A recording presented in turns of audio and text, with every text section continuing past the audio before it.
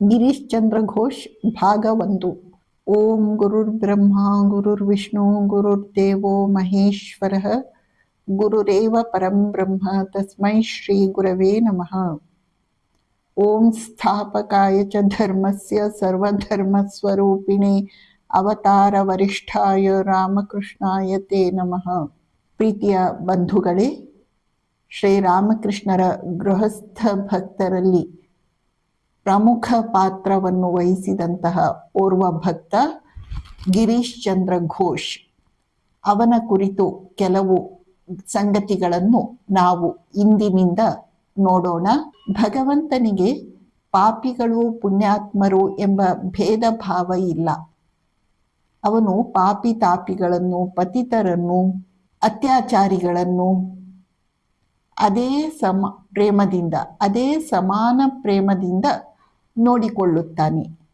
ಅಷ್ಟೇ ಅಲ್ಲ, ಹೇಗೆ ಒಬ್ಬ ತಾಯಿಗೆ ತನ್ನ ಆರೋಗ್ಯವಂತ ಮಗನಿಗಿಂತ ರೋಗಿ ವಿಕಲಾಂಗ ಮಗುವಿನ ಕಡೆಗೆ ಹೆಚ್ಚು ಪ್ರೇಮ, ಹೆಚ್ಚು ಕಾಳಜಿ ಇರುತ್ತದೆಯೋ, ಹಾಗೆಯೇ ಭಗವಂತನಿಗೆ ಈ ದಾರಿ ತಪ್ಪಿದವರ ಕಡೆಗೆ ವಿಶೇಷ ಗಮನ, ಕಾಳಜಿ ಇರುತ್ತದೆ. ಮತ್ತು ಭಗವಂತ ಒಳ್ಳೆಯವರನ್ನೇ ಉದ್ಧಾರ ಮಾಡಿದರೆ ಅದರಲ್ಲಿ ಅವನ ಮಹಿಮೆ ಏನು ಬಂತು? ಅವನು ಪಾಪಿ ತಾಪಿಗಳನ್ನು, ದುಷ್ಟರನ್ನು, ನೀಚರನ್ನು ಉದ್ಧಾರ ಮಾಡುವುದಾದರೆ ಅಲ್ಲಿ ಅವನ ಮಹಿಮೆ ನಮಗೆ ಸ್ಪಷ್ಟ ವಿದಿತವಾಗುತ್ತದೆ. ಗಿರೀಶ್ ಚಂದ್ರ ಘೋಷನ ಜೀವನ ನಮ್ಮೆಲ್ಲರಿಗೂ ಒಂದು ಮಾರ್ಗದರ್ಶನ, ಸ್ಫೂರ್ತಿ.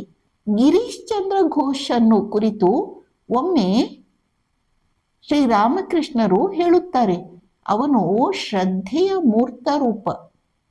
ಗಿರೀಶ್ ಘೋಷ್, ಮುಂದೆ ನಿನ್ನಲ್ಲಿ ಉಂಟಾಗುವ ಪರಿವರ್ತನೆಯನ್ನು ಕಂಡು ಜನ ಬೆರಗಾಗಲಿದ್ದಾರೆ ಎಂದು ಶ್ರೀರಾಮಕೃಷ್ಣರು ಉದ್ಗರಿಸುತ್ತಾರೆ. ಒಮ್ಮೆ ಗಿರೀಶ ಶ್ರೀರಾಮಕೃಷ್ಣರ ಬಳಿ ಹೇಳುತ್ತಾನೆ, ನಾನು ಕಡು ಪಾಪಿ. ಶ್ರೀರಾಮಕೃಷ್ಣರು ಹೇಳಿದರು, ನಾನು ಪಾಪಿ ಎಂದು ಹೇಳುವವನು ಪಾಪಿಯೇ ಆಗಿಬಿಡುತ್ತಾನೆ. ಹಾಗೆ ಹೇಳಲಿಕ್ಕೆ ಹೋಗಬಾರದು. ಗಿರೀಶ ಹೇಳುತ್ತಾನೆ, ನಾನು ಕುಳಿತ ನೆಲವೂ ಅಪವಿತ್ರವಾಗಿ ಬಿಡುತ್ತದೆ. ನಾನು ಪಾಪಿಯೇ ಆಗಿರುವಾಗ ಅದನ್ನು ಹೇಳದೇ ಇರಲಿಕ್ಕೆ ಯಾವ ರೀತಿ ಸಾಧ್ಯ? ಶ್ರೀರಾಮಕೃಷ್ಣರು ಹೇಳುತ್ತಾರೆ, ಒಂದು ಗುಹೆಯೊಳಗೆ ಸಾವಿರಾರು ವರ್ಷಗಳಿಂದ ಕತ್ತಲೆ ಕವಿದಿರುತ್ತದೆ.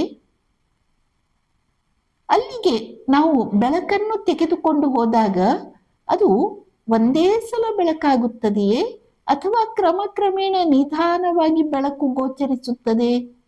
ಒಂದೇ ಸಲ ಬೆಳಕಾಗುತ್ತದೆ. ಅದೇ ರೀತಿ ಭಗವಂತನ ಕೃಪೆಯಾಯಿತೆಂದರೆ ಪಾಪಿಯಾಗಿ ಉಳಿಯುವುದಿಲ್ಲ. ಶ್ರೀರಾಮಕೃಷ್ಣರ ಈ ಮಾತನ್ನು ಕೇಳಿ ಗಿರೀಶ, ಹಾಗಾದರೆ ನೀವು ನನ್ನ ಮೇಲೆ ಕೃಪೆಯನ್ನು ಮಾಡಿದ್ದೀರೆಂದು ಅರ್ಥ ಎಂದು ಹೇಳಿದ. ನೀನು ಹಾಗೆ ನಂಬುವುದಾದರೆ ಅದೇ ದಿಟ ಎಂದು ಶ್ರೀರಾಮಕೃಷ್ಣರು ಹೇಳಿದರು. ಹೀಗೆ ಗಿರೀಶನ ಜೀವನ ಶ್ರದ್ಧೆಯ ಮೂರ್ತ ರೂಪ. ನಾವು ಒಂದು ಭಜನೆಯಲ್ಲಿ ನೋಡುತ್ತೇವೆ, ಶ್ರದ್ಧೆ ಭರದಿ ಕೊಳೆಯ ತೊಳೆದ ಶ್ರೀಗಿರೀಶ ಚಂದ್ರನೇ. ಶ್ರದ್ಧೆ ಭರದಿ ಕೊಳೆಯ ತೊಳೆದ ಗಿರೀಶ ಚಂದ್ರ. ಅವನ ಶ್ರದ್ಧೆಯ ಬಲ ಅಂಥದ್ದು. ಗಿರೀಶ ಹುಟ್ಟಿ ಬೆಳೆದದ್ದು ಮಧ್ಯಮ ವರ್ಗದ ಒಂದು ಸಾಮಾನ್ಯ ಕುಟುಂಬದಲ್ಲಿ. ತಾಯಿ ತಂದೆಯರಿಗಿಂತ ಅವನ ಮೇಲೆ ಅವನ ಅಜ್ಜಿಯ ಪ್ರಭಾವ ಗಾಢವಾಗಿತ್ತು. ಅವನು ಬುದ್ಧಿವಂತ, ಚುರುಕು, ಭಾವನಾಶೀಲ ಬಾಲಕನಾಗಿದ್ದ.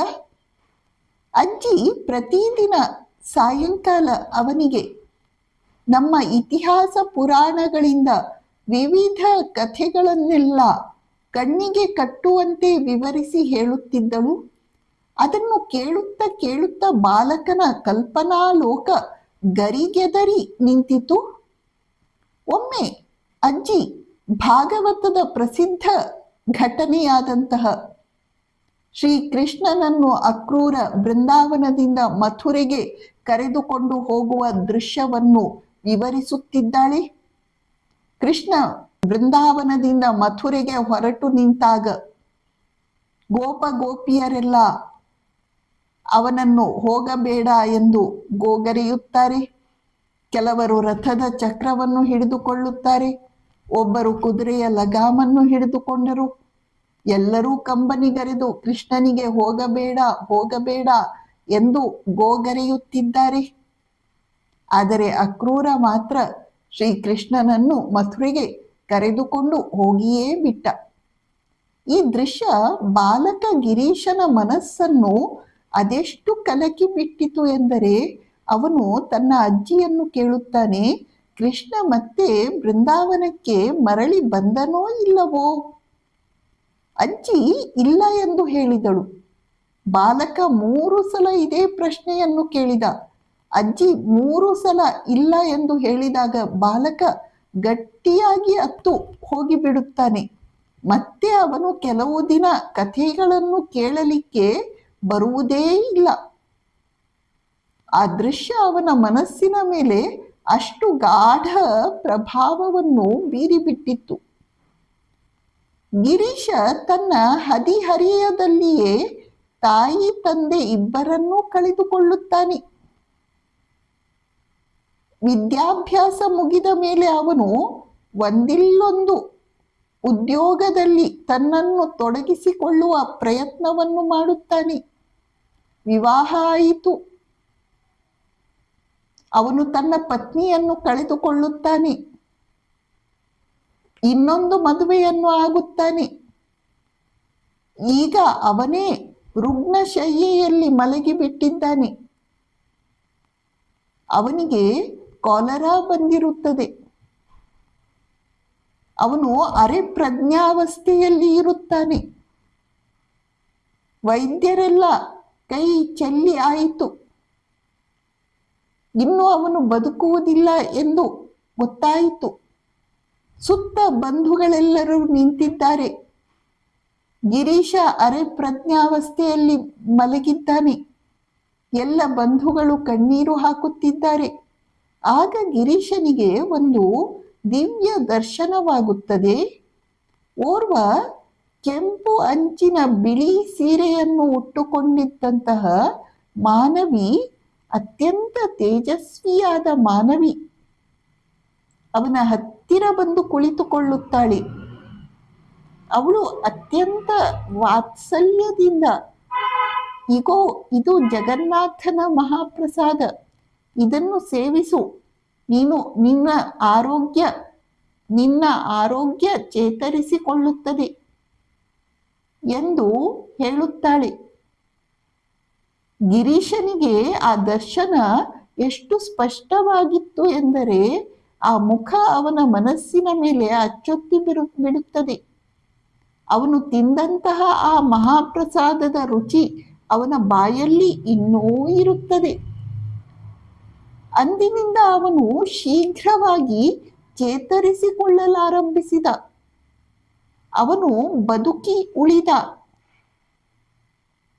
ಗಿರೀಶ ಜನ್ಮದಿಂದ ಆಸ್ತಿಕನಾಗಿದ್ದರೂ ಬರಬರುತ್ತಾ ನಾಸ್ತಿಕ ಭಾವನೆಗಳನ್ನೇ ಬೆಳೆಸಿಕೊಂಡನು.